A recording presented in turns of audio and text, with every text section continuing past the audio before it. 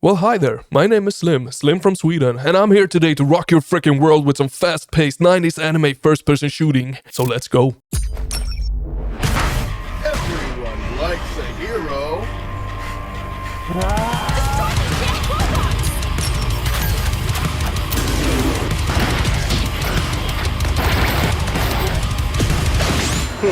Mullet to the motherfreaking Mad Jack. You have arrived and you have done so with incredible style.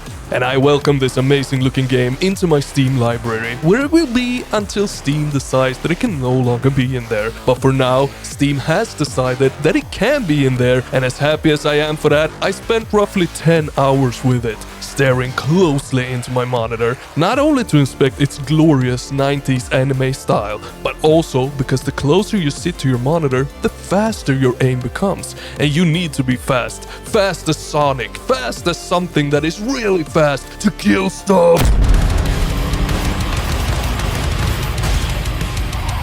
No wait, you actually don't become faster the closer you sit to your monitor. Don't listen to me, take care of your eyes, okay? Hold up, it's going too fast here. Now where were we? Oh yeah, Mullet Mad Jack. First of all, thank you so much to the developers for providing me a code to the game. Now, here's what I think of it. Mullet, a fast, tight and short experience that has you playing as something called a moderator. In a world where the line between what is real and what is digital is very blurred, you take on a mission to save a virgin princess in dire need of a rescue from a robot gone rogue. But that's more like a side activity. The main mission is to stream this rescue operation, all while having 10 seconds to please your viewers and give them that dopamine rush that they so deserve. And if you fail this, the mission givers are going to end your life, meaning you have 10 seconds to either blow someone's head off, shoot them in the nuts, or punch them into a spinning fan. And that, my friends, is the core gameplay. Be fast, kill violently, and survive.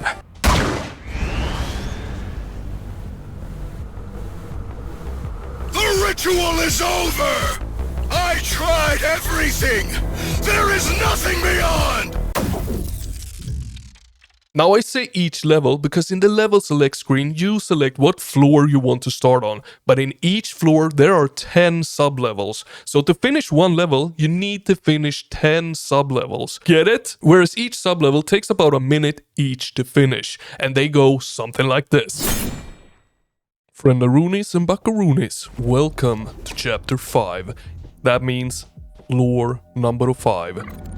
And as you can see here, we're starting off, with the pistol, level 3. So, every new floor that you enter, not every subfloor, but every floor, you lose all of your upgrades, apart from the weapon that you had. So, we're keeping our level 3 pistol here. And another thing that each floor introduces is new things. So, floor number 50 introduces these lasers. Pretty damn cool if you ask me, but maybe not the lasers ain't all that cool, but there is always something new and cool introduced. It might be a new enemy, it might be a new obstacles, it might be some platforming, it could be whatever your mind can think of. Hope you're shot in the head more times. Now I'm gonna skip through this so you don't get spoiled anything. Now let's do this. Now, oh shit. Keep attention, keep the attention going. I was gonna say, pay attention here because it's gonna go fast, and I almost lost the attention myself. This is a fast-paced game, and if you never played games like Post Void, which this game takes inspiration from, well, it's gonna take a little bit of time getting used to, but it goes fairly quick to get used to it.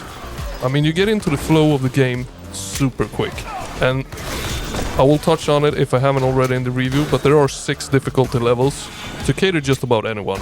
Look at this goddamn beautiful graphics, man. Just screams 90s anime, and it's done so well, so beautiful. And the pistol, the weapons, oh, they just look good, they feel good, they sound good. We are harvesting your death data to improve our weapon ads. I just died. And imagine if this happened on floor 55, that means we would have restarted from floor 51 again, and we would have lost all our upgrades. Now we didn't have any upgrades, Here we go again. so we didn't lose any upgrades, but we get to keep the weapon because I have a permanent upgrade that lets us keep this weapon. So we're all good on that front. Now, the levels are also procedurally generated, so it won't be exactly as it just was. It's gonna be a little bit different here. Okay, things just went down. We also got this kick, we got the slide. All very, very convenient, and I highly, highly recommend you use them. Also, these environmental kills, super effective, super nice, super cool, and look at this finisher. Oh yeah, mama. Oh yeah, mama. You just cannot get enough of that. You cannot. It's impossible. Absolutely impossible. Ah, I wanted to kick you, but I failed that. I failed that big time. Hey, we got a little glide section. See, the game just offers all of these small different variations to it all the time. And with the procedural generation, it just makes it so much fun. So much fun. And I rarely say that on procedural generation. So each time that we finish a subfloor, we get to pick an upgrade. These upgrades stays with us throughout floor 50. So there are 10 sub-levels in each floor.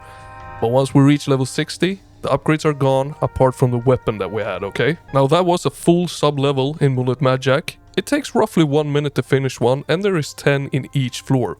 And with that, back to the review. So that was a raw glimpse into the world of Mullet and its killing. As we saw, the game emphasizes upgrades in the form of perks and weapon upgrades. And all in all, it does it really freaking well. They are fun upgrades, but nothing that is going to blow your mind, apart from the weapon upgrades, that is. Because that is where the real deal is. So to upgrade a weapon, you need to play with the weapon that you want to upgrade. Play with it and pray to the RNG gods that a new level of that weapon is going to pop up.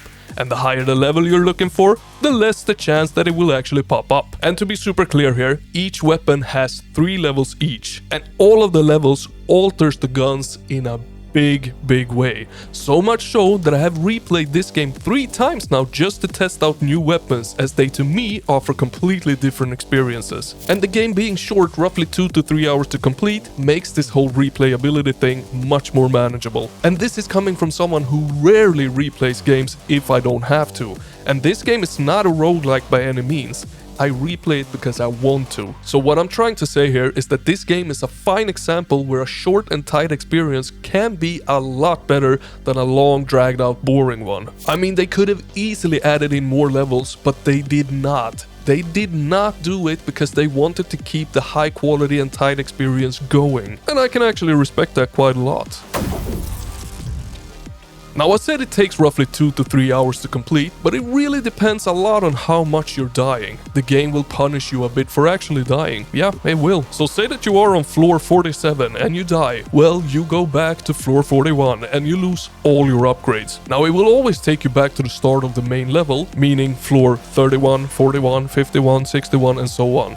Luckily though, it's far from impossible to get back into the flow again, but it does punish you just a bit. But hey, seeing as the devs thought of just about everything, there are actually 6 different difficulty options to cater just about the most hardcore player ever, and the slow enjoyer, so that everyone can experience the glorious killing of stuff. Now, while killing of stuff is all that you will do in the game also has a few segments here and there that changes the oh so important pace of the game, like the apartment with my face in it, or this sniper segment.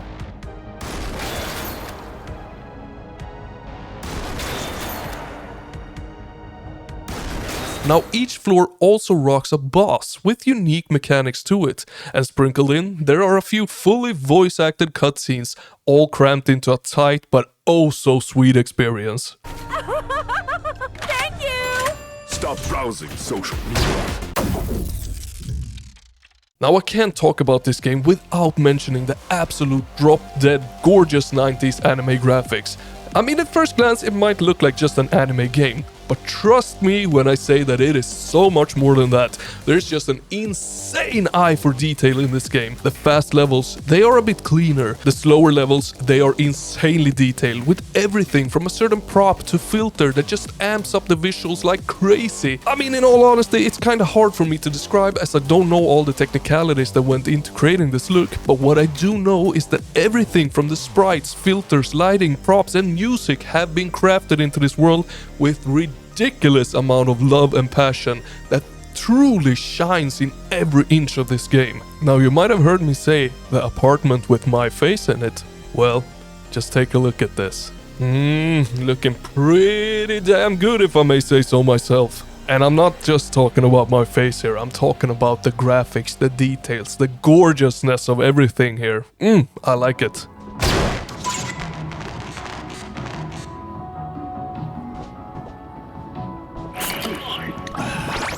Now I also want to show you something that is just so freakishly cool. In case you're not gonna get this game, or in case you miss this when you have the game, I need to show it to you. So what we're gonna do here is we're gonna unbox the game Mullet Mad Jack old school style. This just reminds me so much of when I took the train to Game or EB Games or whatever you call it nowadays. We don't have those stores anymore in Sweden. But I took the train to one of those, I bought a new game, I was sitting on the train just looking at the box for the game, reading every single little word it had on it, opened it up, looked at the manual, read every single word in the manual. I knew everything there was to know about the game before I had even put it in my Xbox or PC or whatever it was. And I just love it so much that they did this.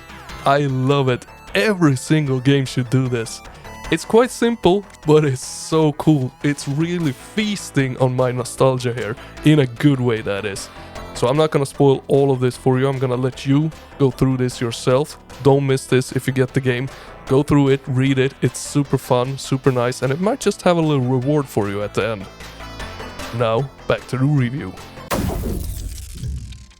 Overall, guys, I freaking love this experience from start to end, all 3 times that I played it, and I'm not an anime fan whatsoever. I mean, I watched maybe 5 episodes of Naruto and I had no idea what was going on, and that's pretty much it. And that means that you can 100,000,000% enjoy this game even if you're not an anime fan, and also appreciate its gorgeous graphics. Trust me on that one. Now, would I have wanted the game to be just a wee bit longer, a wee bit more of everything? Yes I would have, but simply because it is so much fun to play and my body and mind doesn't really want to leave this 90s anime world that the developers have crafted for us. I want to know more about it, I want to see more of it, but what is here is exceptionally good and fun to play. So until we get Mullet Mad Jack 2, let's enjoy these. I mean these right here.